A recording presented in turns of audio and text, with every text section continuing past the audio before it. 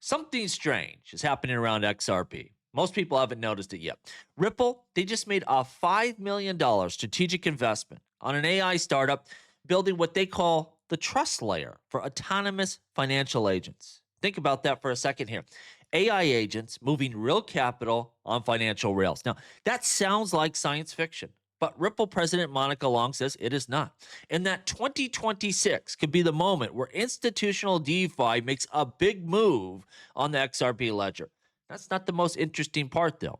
At the same time, something else just appeared inside the XRP ledger ecosystem here.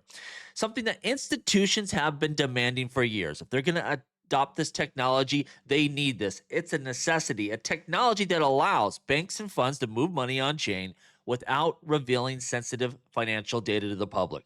For the first time ever, XRP Ledger, it now has zero knowledge privacy infrastructure. And if it works the way they are claiming, it's going to unlock an entirely new category of financial activity on the blockchain. But while all these wild developments are happening, a bigger debate is starting within the crypto space. We see Charles Hoskinson doing a direct attack on XRP holders, arguing that, well, when Ripple succeeds, XRP, they get nothing. No equity, no revenue share, no buybacks. What are we getting out of this success? Is he right? Or is he misunderstanding or misconstruing how this whole thing works? We're going to break it down because there's another piece of the puzzle that almost no one talks about.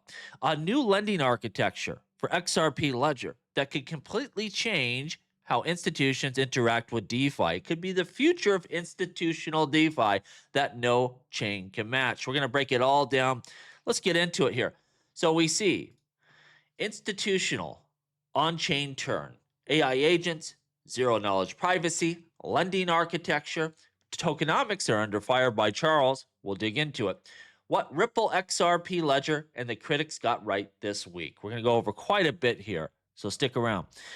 Institutional infrastructure. We are leaving the white paper stage, the stage of theory, and into actual adoption. We see number one, we're going to go over here, this strategic investment. Ripple funds what they're calling the trust layer. This T54 company positioning Ripple as a infrastructure for agent capital movement, not just a speculator here.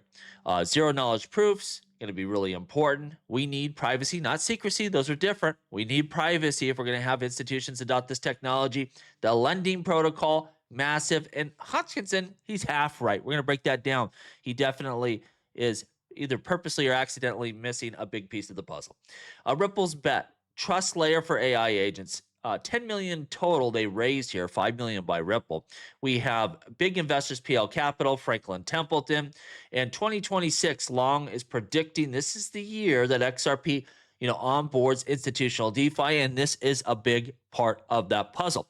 Agents cannot scale without verifiable accountability. So we have a lot of agentic technology out here, but here's what T54 is saying. AI agents already execute a large share of financial transactions. Most of that is unverifiable, unaccountable. Counterparties cannot confirm who an AI agent represents or how it behaves. A trust layer is missing for this autonomous capital movement. So again, just kind of like, banks, institutions, they can't interact with just anyone. Well, they need to know if they're interacting with an agent, is that actually Ripple's agent? Is that actually Bank of America's agent? There needs to be a way to do this. And why Ripple writes that check? Well, it positions Ripple as infrastructure here, not just as an observer in the agentic stack. Aligns with Franklin Templeton and other big investors as co-backers here. And it pairs with Long's 2026 institutional DeFi forecast. This is the next big move into the future. Now, we have here confidential execution. You have to have this. The missing piece for enterprise adoption on the XRP ledger. Institutions moving capital on chain need the same privacy and compliance guarantees they have with traditional rails. So they want the efficiencies, the speed, the cost savings, but they can't give up privacy. They can't give up compliance. And so that's what this is about, building a better system that they can actually adopt in real time. It's so important. In really 4 categories of confidential on-chain payments, we have stablecoins, treasury management, DeFi access, and cross-chain interoperability. And, you can't pay a supplier with your stable coins and then all your competitors go, oh, you're getting ready to release an iPad because you bought, so many of these screens, or you now have a folding phone. Like, some of that gets out anyway, but or you're building up a position to buy out a competitor. Let's go in there and mess with your with your trade. Like, you have to have some sort of privacy here in a big way. And so that's why they're bringing this to the XRP ledger. So you can use this without, really showing too much to your competitors, broadcasting too much to the general public. Because again, that could bust up deals. It could allow people to front run what you're doing. It is so important to have privacy. Now, we had this week a 280 million contagion event in DeFi. In XLS 66, it's safer by design, but it's also a different game entirely. This is what you have to hear. You hear people say, on XRP Ledger, it's not really DeFi, or you'll see people say, oh, it's so much safer than all the other DeFis. The real truth is in the nuance here. Trap number one, overstating design wins. When we see, this kind of thing doesn't happen on the XRP ledger, but it does happen on other DeFi protocols. Well, we don't have $280 million yet to steal. So that's part of it. Thieves are going to go after the money. And if you don't have the money to steal yet, transaction value lock, TVL, or these other things, well, you're not a target yet. But also, dismissing it is simply a bank, because that's a lot of people say, you're not building DeFi, you're just building a digital bank, which isn't bad. There's going to be demand for that as well. But it oversimplifies things. When we look at XLS 66, we really have a counterparty, so known KYC. We use a collateral model, off-chain safeguards, contingent risk. We are containing this by design, so you can't have this type of thing. But what it competes with is not really Aave and Compound. What this type of design competes with is Swift, Fedwire, trade finance, targeted users, regulated institutional capital. And when we look at things like Aave, Compound, counterparties are unknown. They're anonymous. A collateral model, pure on-chain.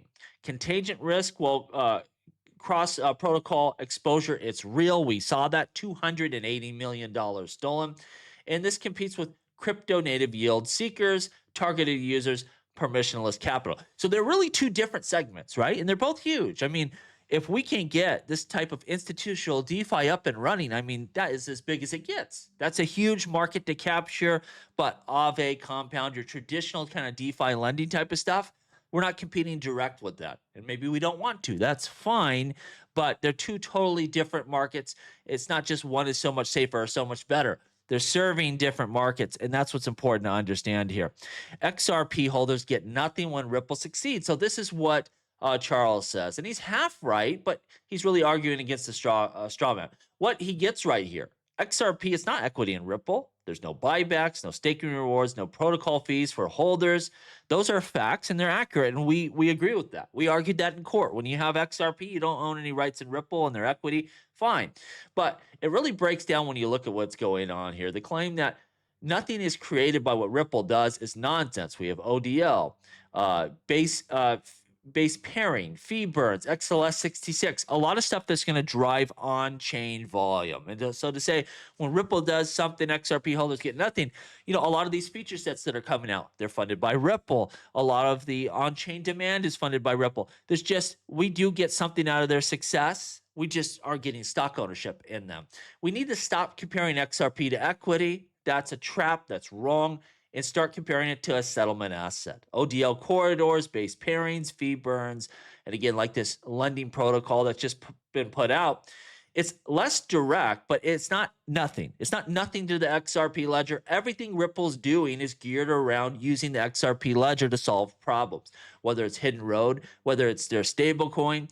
Again, look at the stablecoin. It's multi-chain. It's not only XRP ledger, but to say we don't get anything by having a premier stablecoin on the XRP ledger is nonsense. Look how long Cardano has needed, a premier stablecoin, and they're starting to make headway for that. But to say when having that stablecoin on your blockchain does nothing for you, again, is nonsense. It's kind of a half truth here. Ripple's building the institutional rails. Convergence is operational, not rhetorical.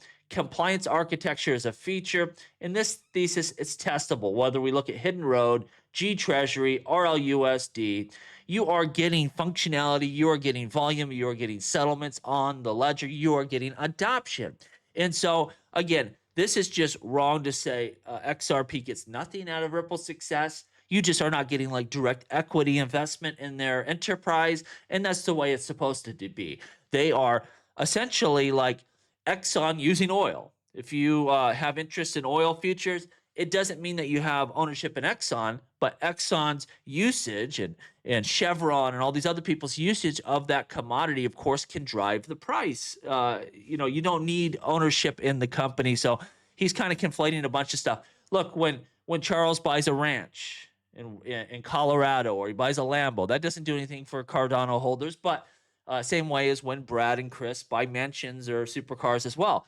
But when he's using funds to build feature sets on Cardano, when he's onboarding utility, that is driving Cardano's value and adoption, same way as when Ripple's doing very much the same thing.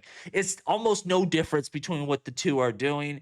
I don't see why he feels like he needs to attack Ripple and XRP, probably just because the coin is ranked a little bit higher, has a much bigger market cap, has more demand out there, and he feels that it shouldn't. But that's not the way that you chase a competitor down. You just go out there and do it. You build the future, you onboard people, and valuation will take care of itself. Let me know what you think down below. As always, please like, please subscribe. The revolution will be televised right here on Jungle Link.